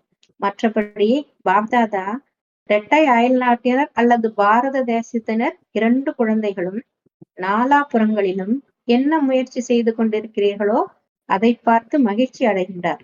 மிக்க மகிழ்ச்சி. ஏன் மகிழ்ச்சி அடைகின்றார்? இப்பொழுது பாரதத்தில், அயல்நாட்டில் இந்த திட்டம் உருவாக்கி கொண்டிருக்கிறீர்கள். பாப்தாதாவிற்கு பிடித்திருக்கிறது. ஏதாவது ஒரு சாதனத்தின் மூலம் செய்தி சென்றடைய வேண்டும். இந்த விஞ்ஞான சாதனம் உங்களுக்கு சரியான நேரத்தில் உதவி செய்யும். நாளுக்கு நாள் புதிதாக சாதனம் உருவாகிக் கொண்டே இருக்கிறது. அதை காரியத்தில் தடையற்றவர்களாகி பயன்படுத்திக் கொண்டே செல்லுங்கள். நீங்கள் சேவைக்கான மீட்டிங் எங்கு சென்றாலும் பாப்தாதா கேட்கின்றார், குஷி அடைகின்றார். சாதனங்களை சேவையில் பயன்படுத்துவதற்கு குழந்தைகளின் புத்தி இப்பொழுது ஆல்ரவுண்டராக சென்று கொண்டிருக்கிறது. ஆக நீங்கள் என்ன திட்டம் உருவாக்குகிறீர்களோ அதை பாப்தாதா கேட்கிறார். சுற்றி வந்து பார்க்கிறார். நீங்கள் எங்கு வேண்டுமானாலும் கூட்டம் கூட்டுங்கள், டெல்லியில் செய்யுங்கள், உள்நாட்டில் செய்யுங்கள், அல்லது அயல் நாட்டில் எங்கு வேண்டுமானாலும் செய்யுங்கள். அனைத்தையும் பாப்தாதா கேட்டுக்கொண்டிருக்கிறார். பாப்தாதாவிடமும் சாதனம் இருக்கிறது. இதற்காக பாப்தாதா அயல் நாட்டின் ஒவ்வொரு தேசத்திலிருந்து வந்திருக்கும் ஒவ்வொருவருக்கும் பாப்தாதா என்ன கொடுக்கின்றார்? மிகுந்த அன்பு கொடுத்து கொண்டிருக்கிறார். இப்பொழுது இதில் சிறிது வேகம் கொண்டு வாருங்கள். திட்டத்தின் நடைமுறையில் புது விஷயங்களை கொண்டு வந்து கொண்டே இருங்கள். பாருங்கள், உங்களது இந்த யஜ்யம் ஆரம்பமாவதற்கு சிறிது ஆண்டுகளுக்கு முன் இந்த அனைத்து கண்டுபிடிப்புகளும் ஆரம்பமானது. உங்களது சேவைக்கு விஞ்ஞானமும் உதவியாக இருக்கிறது. நன்றாக லாபத்தை எடுத்துக் கொள்ளுங்கள். உங்களுக்காகவே உருவாக்கப்பட்டிருக்கிறது. நாளுக்கு நாள் பாருங்கள், எவ்வளவு புது விஷயங்கள் உருவாகி கொண்டிருக்கின்றன. இந்த நாடகம் உங்களுக்கு உதவி செய்து கொண்டிருக்கிறது. சாதனம் உங்களுக்கு உதவி செய்து கொண்டிருக்கிறது. நல்லது. சூப்பர். பாபா நமக்காகவே சொல்லியிருக்கிறார். நமக்காக எல்லாம் வந்திருக்குது. உங்களுக்காகவே வந்திருக்குதுன்னு சொல்லியிருக்கிறார் பாருங்க. செம இல்ல? டெக்னாலஜி. அதுக்கப்புறம் போனதுக்கப்புறம் யூஸ் பண்ணலையேன்னு யோசிச்சு பிரயோஜனம் கிடையாது. இருக்கும்போதே யூஸ் பண்ணிக்கணும். ஸோ இது வந்து டபுள் ஃபாரினர்ஸ்க்கான நாள். பாபாவுக்கு ரொம்ப குஷியாக இருக்குது. மூல முடுக்கில் இருந்த குழந்தையெல்லாம் இப்போ உலக சேவைக்கு நிமித்தமாகி இருக்கிறீங்க. ஸோ எல்லாருமே அவங்கவுங்க ஏரியாவில் நல்லா சேவை செய்கிறதுக்கு பிளான் பண்ணுறீங்க. அதுக்கும் வாழ்த்து தெரிவிக்கிறாரு. இல்லாட்டினா கடைசி நேரத்தில் வந்து கேட்பாங்களாம், தந்தை வந்திருக்கிறாரு. நீங்க எப்படி எங்ககிட்ட சொல்லாம இருக்கலாம்? இது சூப்பர்ல. அதாவது ஒரு அப்பா இறந்துட்டாரு. அவருக்கு நெறைய சொத்து இருக்குதுன்னு மூத்த சகோதரனுக்கு தெரியும். ஆனா வேற யாருக்குமே சொல்லல. அவனே எடுத்துக்கிட்டான்னா எப்படி இருக்கும்? அந்த வேல தான் நம்ம பண்றோம். மத்தவங்களுக்கு சொல்லலன்னா. இல்லையா? ஸோ நீங்க எங்களுக்கு சொல்லவே இல்லையே! அப்படின்னு கேட்பாங்க. நீங்க செய்தி குடுத்தாலும் அவங்க கேட்பாங்கன்றேன். ஸோ ம். அதனால இப்ப செய்தி கொடுத்துட்டு இருக்கிறீங்க. வேற எந்த ஒரு மூலையும் இருந்துறக்கூடாது. செய்தி போகாத மூலை இருந்துறக்கூடாது. அதற்கான முயற்சி செய்யுங்க. அதாவது பிரம்மகுமாரி சென்டரே இல்லாத இடங்கள்லாம் இருக்குது. நாடுகள், குட்டி, குட்டி தீவுகள்லாம் இருக்குது. அவங்களுக்கு எப்படியோ ஒரு சிஸ்டர் வந்து அ ஒரு வீட்ல வேலை செய்றாங்க. அவங்க எப்படியோ பாபா குழந்தை ஆயிட்டாங்க. அவங்க முதலாளிக்கு புரிய வைக்கிறாங்க. அவங்க முதலாளி இங்கிலீஷ்ல பேசுவாங்க. இவங்களுக்கு இங்கிலீஷ் தெரியாது. எப்படியோ புரிய வைக்கிறாங்க. பாருங்க எப்படிலாம் சேவை நடக்குது பாருங்க. மற்றபடி பாப்தாதா வந்து இரட்டை அயல்நாட்டினர் அல்லது பாரத தேசத்தினர் 2 குழந்தைங்களுமே என்ன முயற்சி செஞ்சுட்டு இருக்கிறாங்களோ அத பார்த்து குஷி அடையறார். ரொம்ப குஷி அடையறார். ஏன்னா, ஆ இப்ப வெளிநாட்டிலயோ அல்லது பாரதத்திலயோ பிளான் போடுறீங்க. பாப்தாதாவுக்கு அது பிடிச்சிருக்குது. ஏதோ ஒரு சாதனத்தின் மூலம் செய்தி சென்றடையணும். இந்த விஞ்ஞான சாதனம் உங்களுக்கு சரியான நேரத்துல உதவி செய்யும்ன்றார். இல்ல எல்லாமே வந்துட்டு இருக்குது. ஆக்சுவலா சினிமா தியேட்டர்ல அப்பலாம் ஸ்லைட் ஷோன்னு போடுவாங்க. அப்பவே போட்டிருக்கலாம். ஆ ஸோ அப்படி வந்தா மாரி தெரியல. வந்துச்சான்னு தெரியல. ஆனா யாராவது ஒருத்தர் போட்டிருப்பாங்க கண்டிப்பா. அப்பலாம் ரொம்ப சீப்பா இருக்கும்னு நெனைக்கிறேன். ஆடே அப்படிதான் வரும். ஒரு ம். ஸ்லைடு வரும் அவ்வளவுதான். ஸ்லைட் ஷோ அந்த ம பாட்டு போட்டு விட்டுருவாங்க. பாட்டு கேட்டுக்கிட்டே வந்து உட்காருவாங்க. ஸ்டார்ட்டிங்லயும் அப்படிலாம் இருக்கும். இப்பலாம் அப்படி போடுறது இல்லன்னு நெனைக்கிறேன். ஸோ உங்களுக்கு இந்த விஞ்ஞான சாதனம் சரியான நேரத்துல உதவி பண்ணும். பிளான் அதாவது என்னன்னா, நெறைய பேருக்கு என்னென்னமோ ஐடியா இருக்குது. ஆனா நமக்கு செய்யறதுக்கு ஆள் இல்லையே, ஆள் பலம் இல்லையே. அதுக்கு தான் ஏஐ.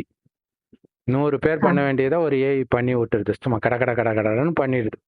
ஆச்சரியமா இருக்குது. செய்யணுன்ற ஆர்வம் இருந்தா போதும் இப்ப. நாளுக்கு நாள் புதுசு புதுசா சாதனம் உருவாகிட்டே இருக்குது. இன்னொன்னு என்னன்னா, இருக்கும்போதே பண்ணிடணும். அது முக்கியம். ஏன்னா நேத்தே நியூஸ்ல திடீர்னு Facebook ஒர்க் ஆகல, WhatsApp ஒர்க் ஆகல, Instagram ஒர்க் ஆகல, முடங்கிடுச்சுன்னு நியூஸ் வந்துச்சு. திக்குன்னு ஆயிடுச்சு. ஐய்யயோ! அதுக்குள்ளயான்ட்டு. திடீர்னு எது வேணாலும் எப்படி வேணாலும் ஆகும்ல. இப்ப இது எல்லாமே பெய்டு ஆக்கி விட்டாங்கன்னு வச்சுக்கோங்களேன், கம்பல்சரி. முக்காவாசி பேர் பார்க்க மாட்டாங்க. முக்காவாசி பேர் அப்ப நம்ம அதுக்கப்புறம் செய்தி சொல்ல முடியாது அவங்களுக்கு.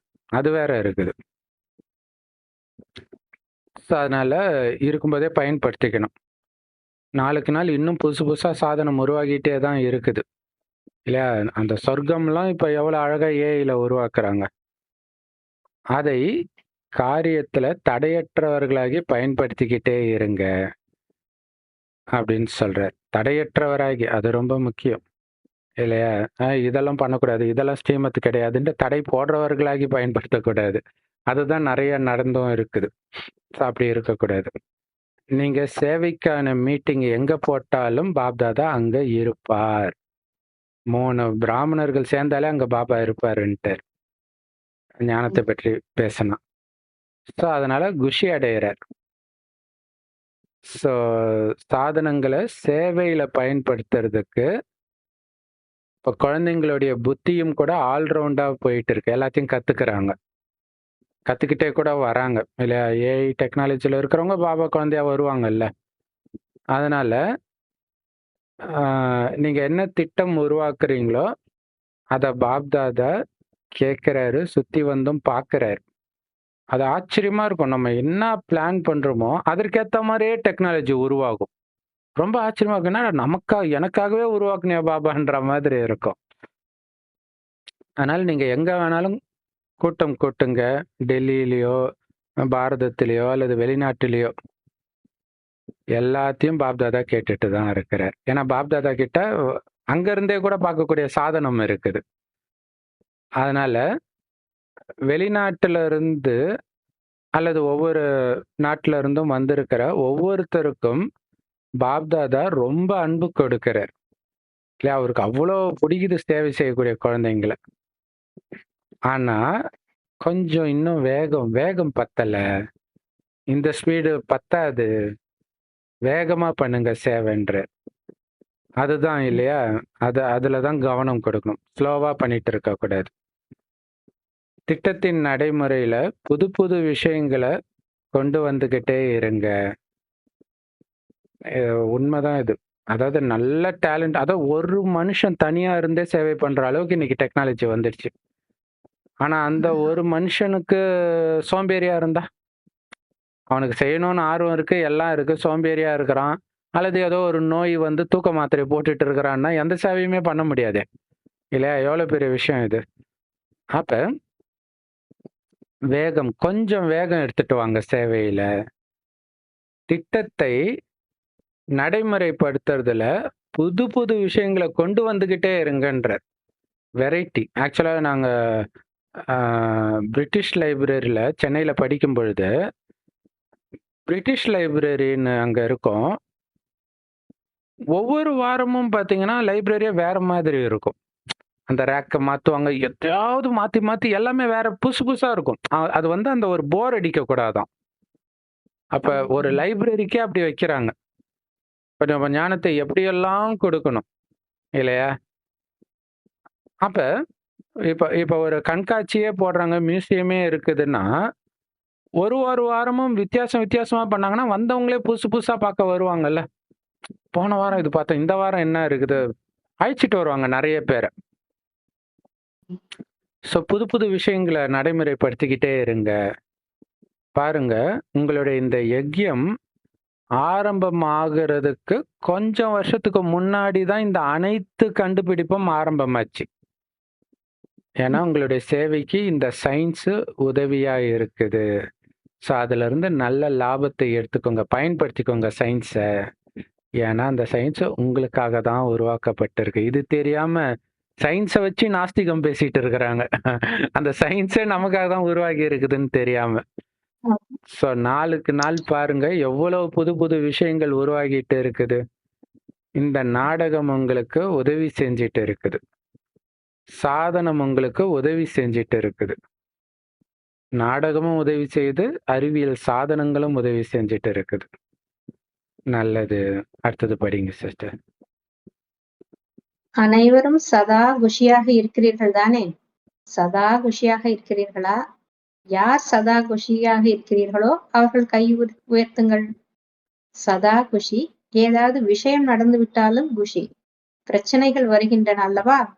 இருப்பினும் குஷியாக இருக்கிறீர்களா? நன்றாக கை உயர்த்துங்கள். வரவேற்பு செய்கிறீர்கள் தானே?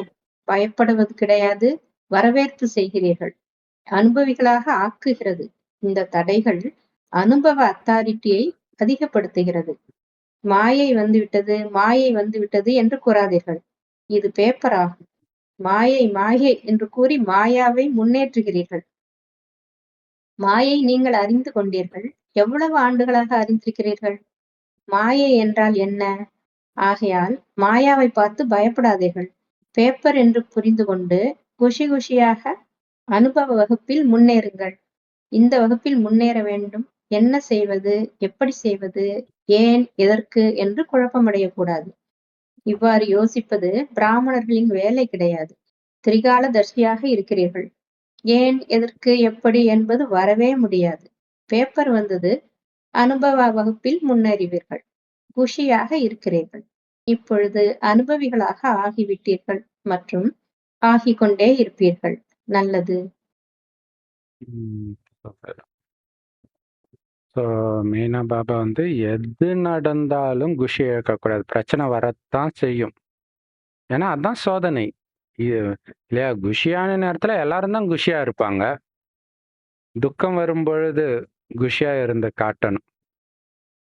திருவள்ளுவரே சொல்லியிருப்பாரு இல்லையா, இடுக்கண் வருங்கால் நகுகன்ட்டு. ஸோ அப்படி பிரச்சனை வந்தாலும் குஷியாவே இருக்கிறவங்க நல்லா கை உயர்த்துங்க. ஸோ வரவேற்பு செய்றீங்க தானே. பிரச்சனை வந்ததுன்னா பயந்துட்டு ஐயோ போயிடுன்னு சொல்லாம வா பார்த்துக்கலாம். அப்படி வரவேற்கிறீங்க தானே. அம்மா அப்படிதான் வரவேற்பாங்க. மாயா உன்னுடைய விஸ்வரூபத்தை ஃபுல்லா காட்டு, என்னால வெயிட் பண்ணலாம் முடியாது, இப்பவே வா, உன்னுடைய முழு ரூபத்தை காட்டு, நான் பார்க்கணும்னாங்களாம். ஸோ பயப்படுறது கிடையாது இல்லையா, வரவேற்பு செய்றீங்க. ஏன்னா ஒரு பிரச்சனையும் உங்களை அனுபவி ஆக்குது. கரெக்ட் தானே. அந்த பிரச்சனைக்கு கரெக்டான ஞானத்தை அப்ளை பண்ணிட்டீங்கன்னா அனுபவி ஆயிட்டீங்க. இந்த நேரம் இதை தான் பண்ணணும் அப்படின்ட்டு. ஸோ இந்த தடைகள் அனுபவ அத்தாரிட்டியை அதிகப்படுத்துது. அந்த அனுபவத்தின் அதிகாரி ஆக்குது உங்களை. அதனால ஐயோ மாயா வந்துருச்சேன்னு சொல்லாதீங்க. இது பேப்பர். எக்ஸாம் எழுத தான் வந்திருக்கிறீங்க. அதனால மாயான்னு சொல்லி மாயாவை முன்னேற்றாதீங்க. இது பேப்பர். மாயான்னு தெரிஞ்சுக்கிட்டீங்க இல்லையா, எத்தனை வருடமா தெரிஞ்சு இருக்கிறீங்க இல்ல, மாயாவுடைய அத்தனை ரூபத்தையும் நம்ம பார்க்கிறோம். அதான் விஷயமே. எல்லா ரூபத்திலையும் வரும். மாயைனா என்ன தெரியும் தானே, பல வருஷமா பாக்குறீங்க. அதனால ஏன் பயப்படுறீங்க? புதுசா பார்த்தா தான் பயப்படணும். ஸோ இது டெஸ்ட் பேப்பர்னு புரிஞ்சுக்கிட்டு குஷியாக இந்த அனுபவ வகுப்புல முன்னேறுங்க. இது பிராக்டிக்கல் இல்லையா. முரளி படிக்கிறது தியரி, அது ஜாலியா இருக்குது. பிராக்டிக்கல்ல வருது அது, அதுலயும் முன்னேறுங்க. ஸோ இந்த வகுப்புலயும் முன்னேறணும். முன்னேறாம ஐயோ என்ன பண்றது, எப்படி பண்றது, ஏன் இது வந்துச்சு, எதுக்கு வந்துச்சுன்னு குழப்பம் அடையக்கூடாது. உடனே என் நன்மைக்காக வந்திருக்கு, என்னை முன்னேற்றுறதுக்காக வருது. எல்லாமே என்னை முன்னேற்றுறதுக்காக தான் வருது. இந்த ஒரு எம்ஜிஆர் பாட்டு வருமே, உலகம் பிறந்தது எதுக்காக, அது மாதிரி பிரச்சனை வருவது எதுக்காக, என்னை முன்னேற்றுறதுக்காக தான் வருது. அதனால குழப்பம் அடையக்கூடாது. ஏன்னா இந்த மாதிரி குழப்பம் அடையிறது பிராமணர்களின் வேலை கிடையாது. இந்த மாதிரி யோசிக்கிறதே பிராமணர்களுடைய வேலை கிடையாது. முக்காலத்தை உணர்ந்தவரா இருக்கிறீங்க. அதனால முக்காலத்தை உணர்ந்தவர் ஏன் இப்படி ஆச்சு, எதுக்கு இப்படி ஆச்சு, எப்படி இப்படி ஆச்சு, இந்த கேள்வியே வராதுன்றார். அந்த புராண கதைகள்ல பாத்தீங்கன்னா மேல உட்காந்துட்டு ஜாலியா சிவனும் பார்வதியும் பார்த்துட்டு இருப்பாங்க. கீழே இங்க ராமர் கஷ்டப்பட்டுட்டு இருப்பாரு. ஐயோ இப்படி ஆயிடுச்சு, அவர் சிரிச்சுக்கிட்டே சொல்லுவார். அதாவது பார்வதி பதறுவாங்க. ஆனா அவரு சிரிச்சுக்கிட்டே இருப்பாரு. விளையாட்ட பாரு, இருந்தாலும் இது ரொம்ப அநியாயம் இல்லையான்னு பார்வதி. அதுதான் இங்க நடக்கிறது. அதனால பேப்பர் வந்தது, அனுபவ வகுப்புல முன்னேறுவீங்க, அவ்வளவுதான். அப்ப குஷியா தானே இருக்கணும். அதுவும் ஒண்ணு சொல்லியிருப்பாரு, நீங்க எத்தனை தடவை ஃபெயில் ஆகுறீங்களோ திரும்ப திரும்ப அதே பேப்பர் வேற வரும்ன்ற. இப்ப பாஸ் ஆயிடுங்க இல்லையா. ஒரு கிளாஸ் பாஸ் ஆனா தானே அடுத்த கிளாஸ்க்கு போக முடியும். அதனால பேப்பர் வந்தாலும் அனுபவ வகுப்புல நீங்க முன்னேறதுனால குஷியா தான் இருக்கிறீங்க. இப்ப அனுபவி ஆகிட்டீங்க, அனுபவி ஆகிக்கிட்டே இருப்பீங்க. நல்லது அப்படிங்கிற. சூப்பர் முரளி. அடுத்தது படிங்க சிஸ்டர். கடிதம், தொலைபேசி மற்றும் அன்பு நினைவுகள் அல்லது செய்தி பாப்தாதாவிற்காக வந்திருக்கிறதோ அந்த அனைத்து குழந்தைகளுக்கும் பாப்தாதா தனது கண்களில் வைத்துக்கொண்டு அன்பு நினைவுகள் அல்லது சேவை செய்திகள் அல்லது மனதிற்கான முயற்சி பற்றிய செய்தி அனுப்பியிருக்கிறார்களோ அவர்கள் அனைவருக்கும் பாப்தாதா மனதின் மூலம் வெளிப்படுத்தி சுகம், அமைதி, குஷியின் கிரணங்கள் கொடுத்து கொண்டிருக்கிறார். சிலர் இங்கு அனுப்பி வைக்காமல் இருந்தாலும் உள்ளத்தில் சங்கல்பம் செய்தாலும் அந்த சங்கல்பமும் தந்தையிடம் வந்து சேர்ந்து விட்டது. நாலாபுறங்களிலும் ஒரு பேராகிராஃப் படிங்க சிஸ்டர்.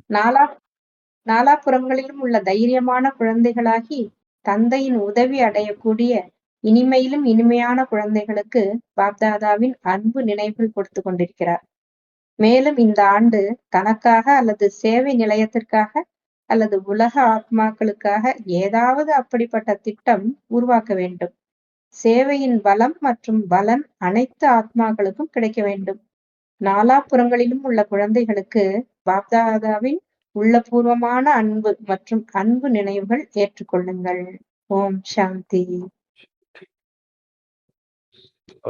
பாபா வந்து மெயினா தனக்காகவும் சேவை நிலையத்துக்காகவும் உலக ஆத்மாக்களுக்காகவும் ஏதாவது திட்டம் போடுங்கன்ற இல்லை முன்னேற்றத்துக்கு, தன்னை முன்னேற்றத்துக்கு, சேவை நிலையத்தை முன்னேற்றுவதற்கு, உலக ஆத்மாக்களை முன்னேற்றுவதற்கு. ஸோ அதன் மூலமாக எல்லாருக்கும் அந்த சேவையுடைய பலன் கிடைக்கணும். குறிப்பாக அது மனச சேவை தான். சரி, ஓகே. வரதானம் படிங்க சிஸ்டர். சாதாரண நிலையின் மூலம் மகான் நிலையை பிரசித்திப்படுத்தக்கூடிய எளிமையான மற்றும் உதாரணமானவர் ஆகுக. ஒரு எளிய பொருள் சுத்தமாக இருந்ததெனில் அது தன் பக்கம் அவசியம் ஈர்க்கும். அதே போன்று மனதின் எண்ணத்தில், சம்பந்தத்தில், விவகாரத்தில், இருக்குமிடத்தில் யார் எளிமையாக மற்றும் சுத்தமாக இருக்கிறார்களோ அவர்கள் உதாரணமானவர்களாகி அனைவரையும் தன் பக்கம் தானாகவே ஈர்ப்பார்கள். எளிமை என்றால் சாதாரணம். சாதாரண நிலையின் மூலம்தான் மகான் நிலை பிரசித்தமாகும். யார் சாதாரணம் அதாவது எளிமையாக இல்லையோ அவர்கள் பிரச்சனை ரூபமாக ஆகிவிடுகின்றனர். சூப்பர். ஸோ வரதானத்தில் பாபா வந்து சாதாரணத்தன்மை அதை சொல்றார் மெயினா. அந்த ராமாயணத்துல வந்து காட்டுக்கு நடுவுல லவகுசா மாற்றும்போது அதை பார்க்குறவங்கெல்லாம் இந்த குழந்தைங்க சாதாரண குழந்தைங்க மாதிரி தெரியலையே, ஏதோ ராஜ குடும்பம், அவங்க வந்து சன்னியாசி ட்ரெஸ் தான் போட்டிருப்பாங்க, ஆனால் ராஜ குடும்பத்து குழந்தைங்க மாதிரி இருக்கிறாங்களே, அந்த பேசுறது பழகிறதெல்லாம், அந்த முகமே அப்படிதான் இருக்குது, தேஜஸ் பொருந்தியதாக இருக்குது அப்படின்னு சொல்லுவாங்க. ஸோ அதே மாதிரி நிறைய இப்போ ஒரு பிரபலமானவர் கூட சிம்பிளாக இருந்தால் எல்லாரும் அவரை பற்றி பேசுவாங்க. இல்லை அவர் பந்தாவாக இருக்கிறத விட ஒரு சிம்பிளாக வந்துட்டு போகிறாங்கன்னா அவங்களுக்கு, இப்போ ரஜினிகாந்த் வந்து சாதாரண செருப்பு போட்டுன்னு இருந்தார், அதை ஃபேமஸ். அதே மாதிரி சாதாரண பட்டன் ஃபோன் வச்சிருக்கிறத காட்டான், பாருங்க தலைவர் என்ன இப்படி பண்ணுறாருன்ட்டு. அதே ஒரு ஹைஃபை இருந்தால் அது ஒரு பெரிய விஷயம் கிடையாது இல்லை, சாதாரண இது வந்து எல்லாருடைய கவனத்தையும் ஈர்க்கும்.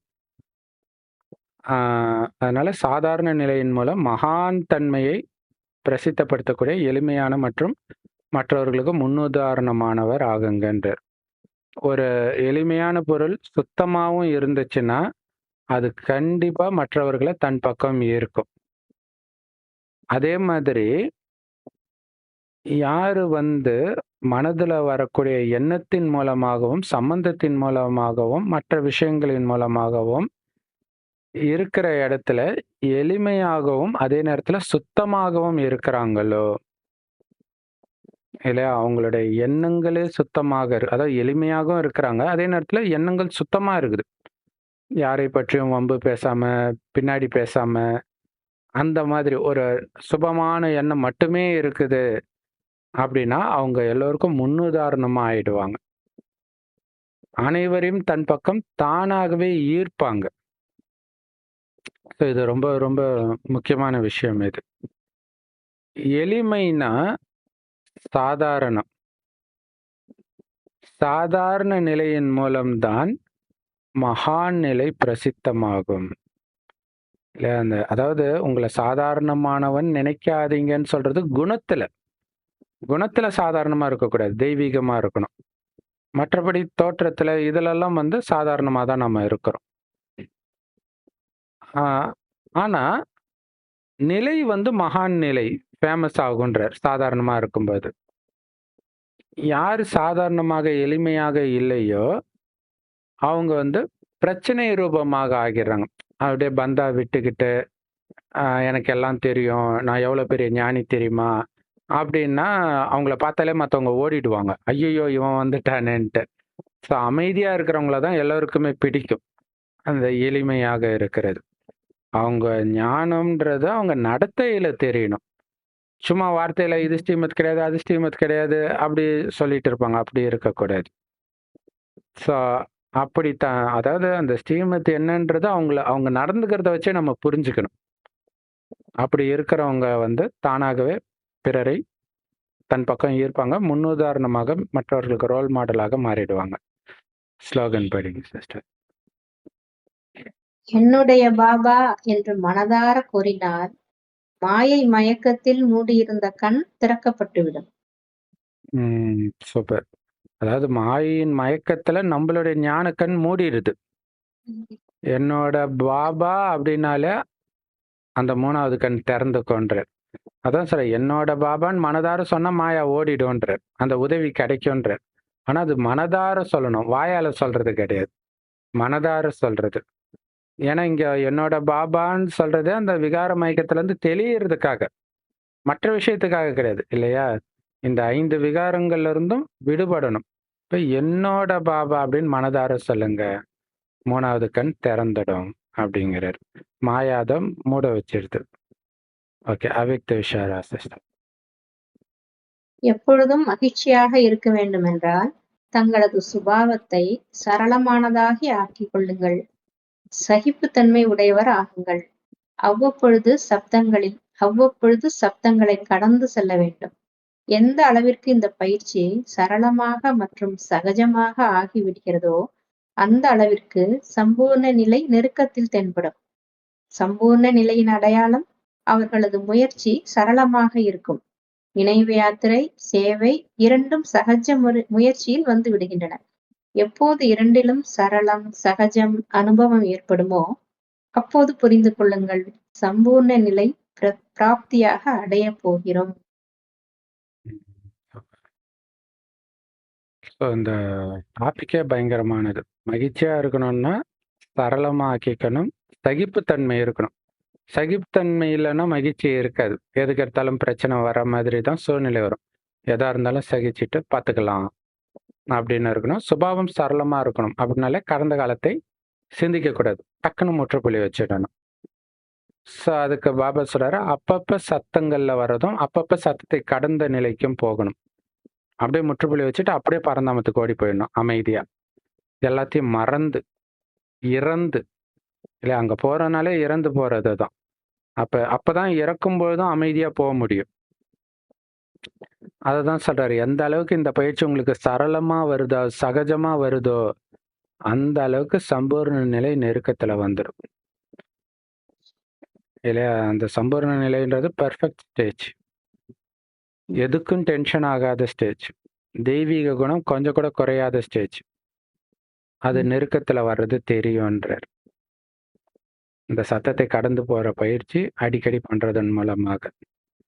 சரி, சம்பூர்ண நிலை அதோடைய அடையாளம் என்ன அப்படின்னா, அவங்க முயற்சி கஷ்டப்பட்டு பண்ண மாட்டாங்க, அது இயல்பாகவே இருக்கும். அந்த முயற்சி சரளமா இருக்கும் இல்லையா? கஷ்டப்பட்டு இங்கிலீஷ் பேசுறதுக்கும் சரளமா வெளிநாட்டுக்கார இங்கிலீஷ் பேசுறதுக்கும் நம்ம பேசுறதுக்கும் வித்தியாசம் இருக்குல்ல. நம்ம கஷ்டப்பட்டு பேசுவோம், யோசிச்சு யோசிச்சு பேசுவோம், அது சாதாரணமாவே வரும். அந்த மாதிரி முயற்சி சாதாரணமாவே இருக்கும். அதான் சம்பூர்ண நிலையின் அடையாளம். ஆத்மாவை பார்க்கறது, அன்பா இருக்கிறது, இதெல்லாம் சர்வசாதாரணமா வந்துடும். அப்ப நினைவு யாத்திரை, சேவை ரெண்டுமே சகஜ முயற்சியில வந்துடுது இல்ல. நினைவும் சரளமா வந்துடுது, சேவையும் சரளமா நடக்குது. எப்ப ரெண்டுலயுமே சரளமும் சகஜமும் அனுபவம் ஆகுதோ அப்ப புரிஞ்சுக்கோங்க, நாம சம்பூர்ண நிலையை பிராப்தியா அடைய போறோம் இல்லையா? சேவையும் ஈஸியா வருது. சேவைனாலே இங்க மெயினா மனச சேவை தான். தொடர்ந்து என் மூலமாக சக்தி கிரணங்கள் இயல்பாகவே போய்கிட்டே இருக்குது. பாபாவோட நான் இணைஞ்சே இருக்கிறேன், சக்தி கொடுத்துக்கிட்டே இருக்கிறேன். இது கஷ்டப்பட்டு முயற்சி பண்ணாம தானாவே வந்தாலே புரிஞ்சுக்கலாமா, சம்பூர்ண நிலைக்கு வந்துடுச்சு, அடைய போறோன்ட்டு. சூப்பர்ல, செம பவர்ஃபுல்லான பாயிண்ட். என்ன மாதிரி முரளி இது, super. Thank you sister. Om Shanti. So ரெண்டு பார்ட்டா போட்டிருக்கிறோம். 2 பார்ட்டையும் மிஸ் பண்ணாம பாருங்க. ரெண்டுமே பவர்ஃபுல்லா இருக்குது, எல்லா பாயிண்ட்டுமே.